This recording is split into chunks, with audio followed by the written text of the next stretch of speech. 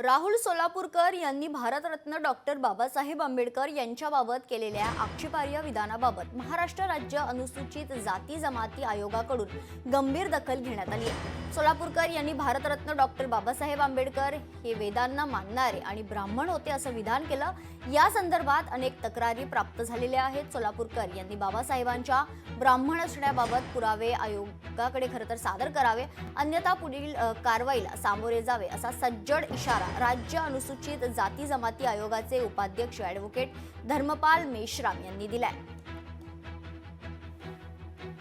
मौखिक आणि दूरध्वनीद्वारे तक्रारी मला प्राप्त झाल्याने आज त्यांना मी नोटीस देऊन तशा पद्धतीची विचारणा केलेली आहे की जे संदर्भ त्यांनी दिलेले आहेत त्या संदर्भांच्या पुष्ट्यर्थ काही डॉक्युमेंट्स असतील, काही संदर्भ असतील, काही लिखाण असेल तर त्यांनी ते आयोगाच्या पुढे सादर करावं।